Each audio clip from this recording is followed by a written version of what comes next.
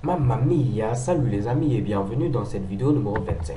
Alors dans cette vidéo, nous allons parler de quoi? Nous allons parler tout simplement des tableaux. Jusque-là, lorsqu'on créait nos variables ne pouvaient prendre qu'une seule valeur à la fois. Par exemple, si je mets ici va âge comme ceci, je ne pourrais mettre qu'une seule valeur, par exemple ici 10 et chez Kebam, je ne pourrais rien mettre de nouveau. Maintenant, lorsqu'on va utiliser les tableaux, on aura la possibilité de pouvoir mettre ici plusieurs valeurs à la fois. Ok? Donc, c'est quelque chose qui est très conseillé lorsque vous avez plusieurs valeurs à stocker, par exemple des listes, ainsi de suite. On pourra le voir par la suite lorsqu'on va terminer avec la création d'un jeu en JavaScript. Ok? Donc là, pour créer un tableau, rien de bien compliqué. C'est tout comme une variable. Je mets ici var, je mets tout simplement le nom de mon tableau. Je vais l'appeler tout simplement tableau. Ok? Et là, je mets ici mon fameux égal pour l'affectation. Et pour créer un tableau, vous devez mettre ici des crochets comme ceci, ok? Et vous allez maintenant lister ici l'ensemble de vos valeurs. Par exemple, ici, je vais mettre pourquoi pas Toto comme première valeur. Ensuite, je vais mettre 25 pour montrer qu'on peut avoir ici également des nombres mélangés ici avec des chaînes de caractères. Je vais mettre pourquoi pas ici 12.5, ok? Je vais mettre une autre chaîne de caractères. Donc, je sépare l'ensemble de mes Mushibushi avec ici un espace, ok? Donc là, à ce niveau, je viens de créer tout simplement un tableau. J'ai mis ici les crochets et j'ai listé l'ensemble de mes éléments séparés tout simplement par des virgules. Maintenant, si je veux afficher un élément de mon tableau, comment est-ce que je dois faire? Je mets ici tout simplement document.write comme ceci et je mets ici mon tableau comme ceci. Et je mets un point virgule à la fin. Alors ici, qu'est-ce qui va se passer? Donc lorsque vous mettez ici votre tableau, il y a ce qu'on appelle ici un indice ou tout simplement un index. Donc on commence à compter à partir de 0 comme si on était ici au niveau d'un ascenseur. Donc ici, c'est l'élément 0, ici l'élément 1, l'élément 2, l'élément 3. Ok? Donc là, si je veux afficher mon élément 0, c'est-à-dire Toto, j'ai mis le nom de mon tableau.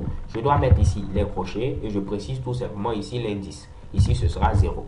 Donc lorsque je mets document.write tableau 0, cela veut dire qu'il faut afficher l'élément de notre tableau qui est à la position 0. C'est ici Toto. Donc normalement, si je viens au niveau du navigateur et que j'actualise, chez Kebam, vous voyez apparaître ici Toto. De même, si je reviens, je peux mettre par exemple ici pour afficher l'élément qui est à la position 2.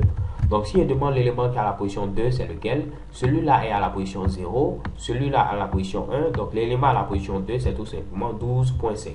Donc je viens ici, je tente tout simplement d'actualiser. Chez Kebam, vous voyez 12.5. Ok? Donc là, c'est l'élément 0, l'élément 1, l'élément 2, l'élément 3. Donc si je demande à afficher l'élément 4, normalement il n'existe pas. Et vu qu'il n'existe pas, on va afficher tout simplement undefined pour dire tout simplement qu'il n'est pas défini. Ok? Donc je vais vous le prouver. Je viens à ce niveau. Je tente d'actualiser chez Kebam undefined. Parce qu'on n'a aucun élément qui est à la position 4. Celui-là à la position 0, position 1, position 2 et position 3. Pas d'élément à la position 4. Ok? Alors les gars, avant de terminer, je vais remettre tout simplement ici mon élément à la position 2. Donc ça doit afficher normalement ici 12.5. J'actualise. Je vais vous montrer ici une autre manière de créer les tableaux. Et cette autre manière va être tout simplement beaucoup plus facile à comprendre lorsque nous allons aborder la notion de programmation orientée objet. Mais pour l'instant, je vais vous demander de me faire confiance. Donc là, rien de bien compliqué. J'ai mis var tableau et je dois mettre ici new array comme ceci. Un tableau en anglais appelé tout simplement array. Ok? Donc lorsque je mets new array comme ceci, c'est comme si je dis je veux un nouveau tableau. Donc new veut dire nouveau, donc crée-moi un nouveau tableau, tout simplement. Et je dois donner ici l'ensemble de mes éléments. Donc je mets un point virgule à la fin pour ne pas l'oublier. Je vais dire le premier élément c'est par exemple Toto, le deuxième élément c'est pourquoi pas 25, le troisième élément 12.5, le dernier élément c'est ici par exemple Momo. Donc je pourrais mettre également un autre élément, je vais mettre ici pourquoi pas cool.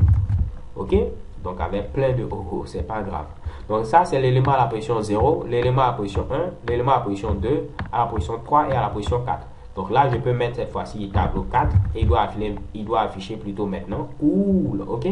Donc les gars, je viens, je tente d'actualiser et qu'est-ce que vous voyez? Chez Kebam, cool. Donc on a vu en grosso modo les gars comment créer un tableau avec deux manières différentes. Je peux mettre tout simplement new array, j'ouvre tout simplement mes parenthèses et je liste mes éléments. Comme j'ai la possibilité également de mettre directement ici des crochets et lister ici l'ensemble de mes éléments comme c'était présenté à ce niveau-là. So thanks for watching, don't forget to subscribe and have a nice day and so